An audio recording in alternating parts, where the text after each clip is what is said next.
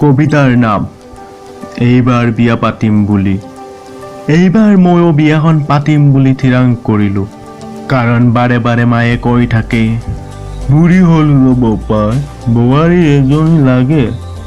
গাভৰু তেজ নাই এতিয়া মোৰ দেহত, ঘৰৰ কামবোৰ কৰিব নোৱাৰা হ'লো ৰ'ব পাই।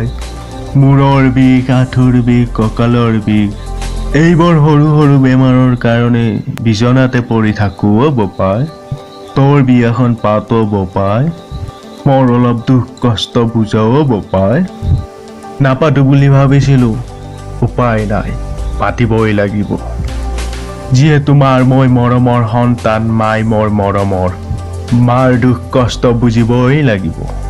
সেই বুলি ভাবি বন্ধুৰ লগত পিছদিনাখন ছোৱালী চাব গ'লোঁ নগাঁৱৰ।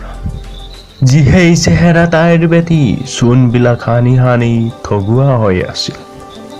আজলি আকলি মই সুধিলোঁ কিমানলৈ পঢ়িছা? তাই বেটি উত্তৰ দিলে, যোৱা ৰাতি 10 বজালৈ পঢ়িছোঁ।